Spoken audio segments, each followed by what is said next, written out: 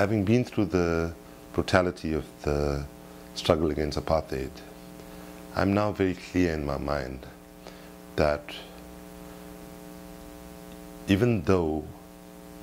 often there might be justifications why people would arrive at a conclusion that the excessive violence of the state requires a element of violence in opposition, I think I'm of a view now that we dehumanize ourselves when in fact we actually embrace violence as a legitimate way of struggle. And while it might be legitimate in legal terms and so on, we need to think about the after effects of those that are involved, And, if you look at the United States and you look at the psychological brutality of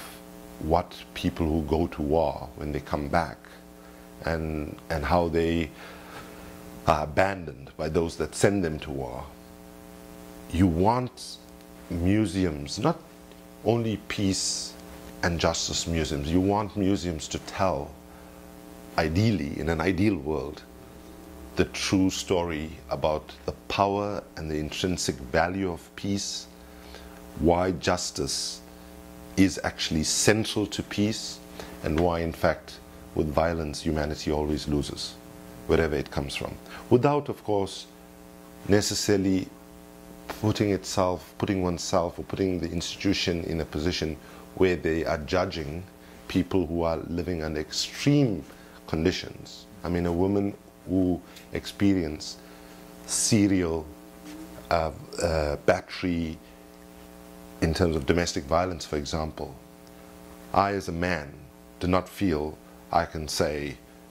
a violent response is not a response that was necessary, right? But I think even if you look at women who've had to respond like that,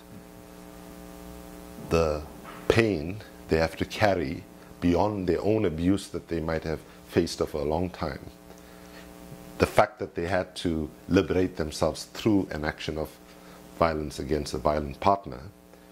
actually adds another layer of psychological damage, is my sense. So I think a Peace and Justice Museum must speak truth to power, must be willing to raise the uncomfortable questions. And the significance of having it in Philadelphia and in the United States, for me, is extremely important. Because I think that to the majority of the people in the world today, sadly, the vision of the United States, when one looks at it, is one of violence and brutality. Right now, the use of drones, for example, in many parts of the world,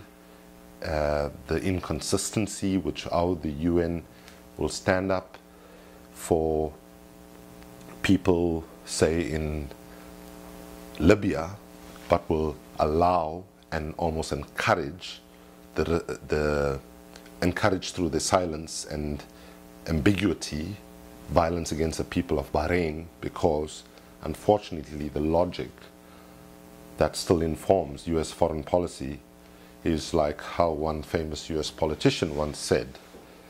referring to the situation in Nicaragua with the Somoza dictatorship, said Somoza might be a son of a bitch, but he is our son of a bitch. So I think a Peace and Justice Museum has to be bold in actually understanding the history of where society has come from, and should hold up a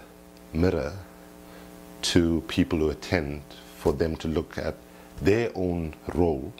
and their own culpability by opting for silence in their own life in the face of injustice and inconsistency of where the United States, for example, says one thing at home and does another thing abroad.